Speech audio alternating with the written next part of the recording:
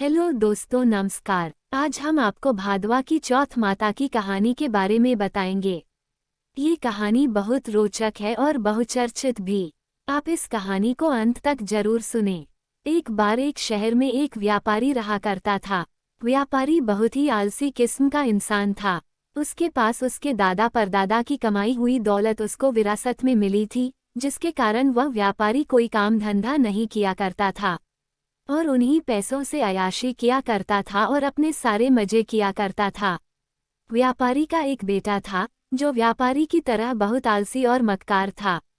व्यापारी ने अपने बेटे का विवाह एक अच्छी सुंदर और सुशील कन्या से कर दिया। विवाह होने के बाद भी व्यापारी का बेटा कुछ नहीं करता था। वह घर पर आलसी बना पड़ा रहता था।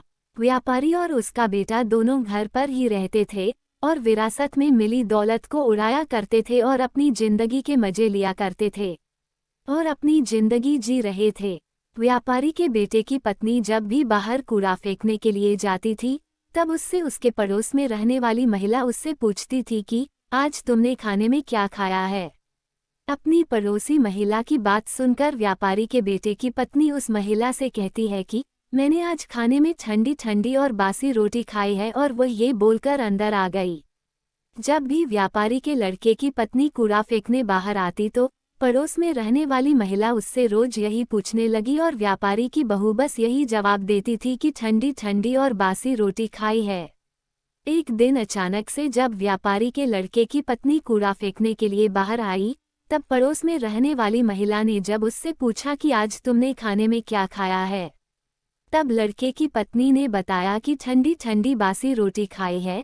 तो ये बात व्यापारी के बेटे ने सुन ली, जिसके बाद व्यापारी का बेटा अपनी माँ के पास और उससे कहने लगा कि माँ, तुम तो हम लोगों को रोज खाना गर्म करते ही खिलाती हो, लेकिन मेरी पत्नी बाहर जाकर पड़ोस में रहने वाली महिला से बोलती है कि उसने आज ठंडी और बासी रोटी खाई है। लेकिन मेरी पत्नी ऐसा क्यों बोलती है? लड़के की माँ ने कहा कि बेटा, मैं तो तुम लोगों के सामने ही गरम खाना तुम लोगों को खिलाती हूँ। पता नहीं तुम्हारी पत्नी ऐसा क्यों सभी लोगों से बोलती है।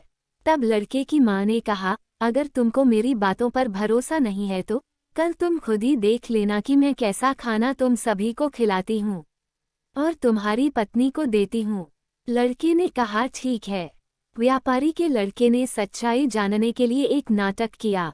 व्यापारी के बेटे ने अपनी तबीयत खराब होने का नाटक करने लगा। वह पलंग में जाकर चद्दर ओढ़कर लेट गया और चद्दर में से चुपचाप चुपकर सब कुछ देखने लगा। और जब लड़के की माँ ने सभी को खाना परोसा, तब उसने देखा कि मेरी माँ ने तो गर्म खाना ही मेरी पत्नी को खिलाया है। मेरी माँ तो एकदम सत्य बोल रही है।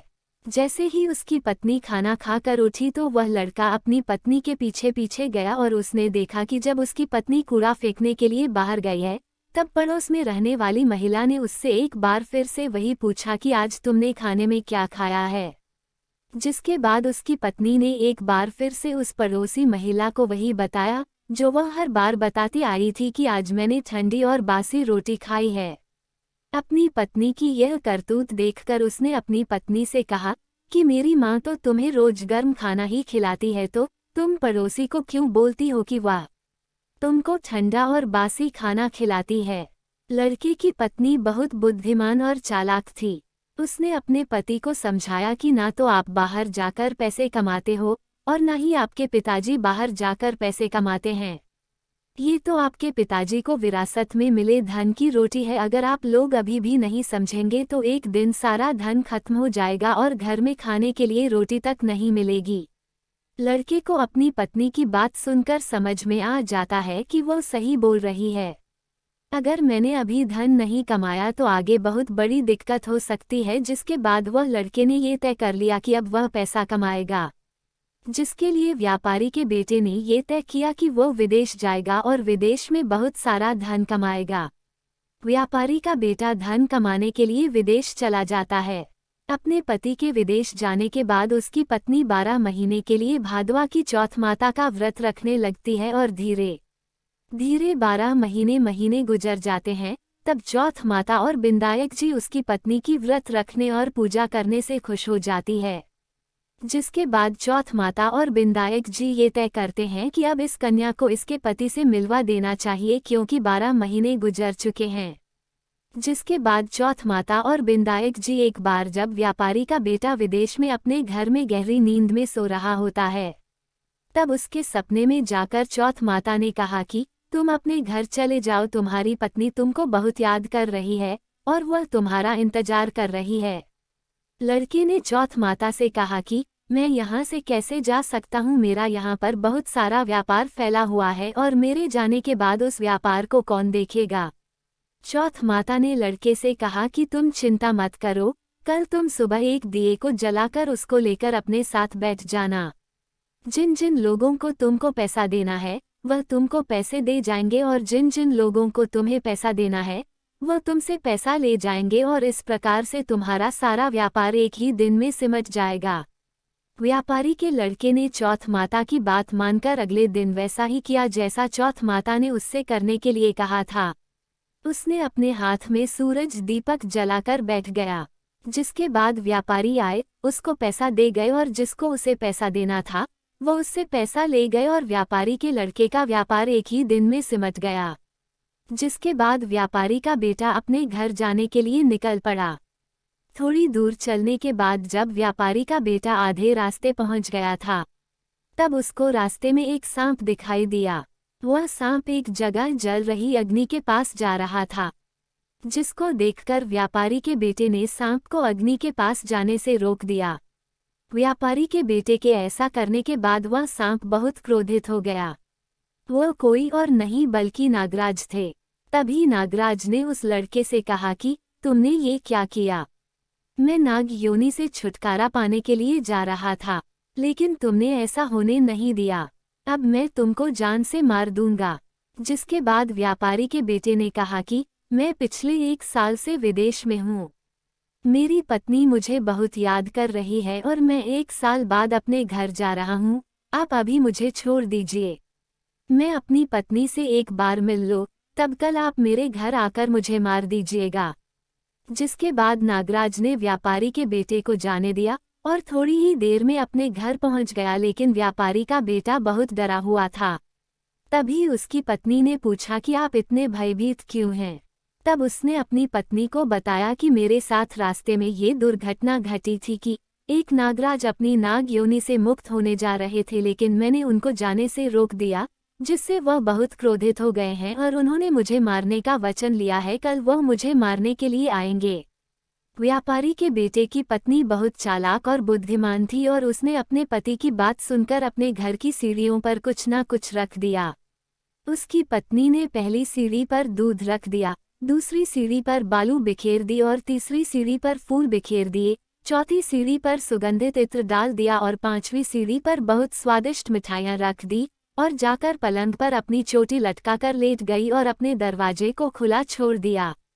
वह नागराज जब उसके पति को मारने के लिए आए, तब उन्होंने सीढ़ियों में दूध देखा तो उन्होंने उस दूध को पी लिया और एक ही करते सभी सीढ़ियों की सारी चीजें खा ली। और तब उन्होंने बोला कि व्यापारी, तुमने मुझे बहुत प्रसन्न किया है, लेकिन मैंने तुमको वचन दिया है कि मैं तुमको मारूंगा जरूर। अब मैं कुछ नहीं कर सकता, मैं अपने वचन से बंधा हुआ हूँ। जिसके बाद नागराज व्यापारी के बेटे को मारने के लिए 7 सीढ़ी पार करके उसके कमरे के पास जाने लगे। तब वहां पर चौथ माता और बिंदायक जी ने आकर उस नागराज को अपनी तलवार से काट काट कर चारों तरफ फेंक दिया और जिसके बाद नागराज का एक हिस्सा लड़के के जूते में चला गया। नागराज ने कहा, मैं यही छुपा रहूंगा और कल जब सुबह वह व्यापारी जूता पहनेगा तब मैं उसको काट लूंगा। लेकिन तभी अचानक से वहां पर बहुत सारी चींटियां आ गई और उन्होंने नागराज को देखा कि जूते के अंदर हैं। तब चींटियों ने कहा कि इसकी पत्नी तो हमको रोज कुछ ना कुछ खाने के लिए देती थी, आज हम लोग इसके पति की जान बचाते हैं। चींटियों ने नागराज को खा लिया। चींटियों के खाने के बाद चारों तरफ खून ही खून फैल गया था। जैसे ही सुबह हुई तब लड़के की माँ उसके कमरे में आई और लड़के की माँ ने कमरे से खून निकलता देख वह बहुत डर गई और उसने सोचा कि मेरे बेटे और मेरी बहू को किसी ने जान से मार दिया है। वह बहुत जोर जोर से चिल्लाने लगी। अपनी माँ की आवाज़ सुनकर व्यापारी का लड़का और उसकी पत्नी तुरंत कमरे से बाहर निकल आए। तभी लड़के की माँ अपने बेटे और अपनी बहू को जिंदा देखकर बहुत खुश हो गई। लड़के ने अपनी माँ से कहा कि माँ तुम रो क्यों रही हो? आज तो खुशी का दिन है, क्योंकि आज मेरा दुश्मन मर गया है, लेकिन मेरे जाने के बाद मेरी लंबी आयु के लिए किसने पूजा की थी और किसने व्रत रखा था? तब लड़के की माँ ने कहा कि बेटा मैंने तो कोई व्रत नहीं रखा था। तब लड़के ने अपनी पत्नी से पूछा कि तुमने व्रत रखा था? तब उसकी पत्नी ने कहा कि हाँ जी, मैंने आपके जाने के बाद 12 महीने तक चौथ माता की पूजा की थी और उनका व्रत रखा था। उन्हीं ने आपकी जान बचाई है। तभी लड़के की माँ ने लड़के से कहा कि मैं तो तुम्हारी पत्नी को रोज खाना देने जाती थी, तब इसने 12 महीने व्रत कैसे रख लिया? तुम्हारी पत्नी झूठ बोल रही है। मैं रोज उसको खाने के लिए 4 रोटी देती थी, तो यह मैं कैसे मान लूं कि तुम्हारी पत्नी ने व्रत रखा था? तब लड़के की पत्नी ने बताया कि माजी में 1 रोटी गाय माता को खिलाती थी और 1 रोटी जमीन में गाड़ देती थी और 1 रोटी मेहतरानी को देती थी और बची हुई 1 रोटी रात में चंद्रमा को अर्घ्य देकर खाती थी। लेकिन तभी लड़की की माँ ने कहा, मैं तेरी बातों का विश्वास कैसे मान लूं? जिसके बाद लड़के की पत्नी कहा कि माँ जी आप गाय माता से पूछ लो।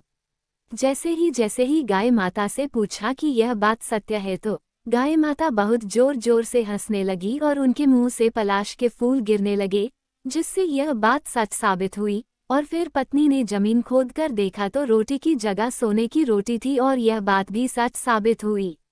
फिर लड़के की पत्नी ने मेहतरानी से पूछा, उन्होंने हाँ कर दिया, ये बात भी सच साबित हो गई। और तभी लड़की की माँ ने मान लिया कि मेरी बहू ने चौथ माता और विनायक जी की पूजा की थी। लड़के ने अपनी पत्नी को धन्यवाद दिया और सभी लोग मिलजुल कर हंसी खुशी रहने लगे। दोस्तों, उम्मीद करते हैं आपको ये कहानी पसंद आई होगी। हमें कमेंट करके जरूर बताएं और हमारे चैनल को सब्सक्राइब करना ना भूलें। धन्यवाद।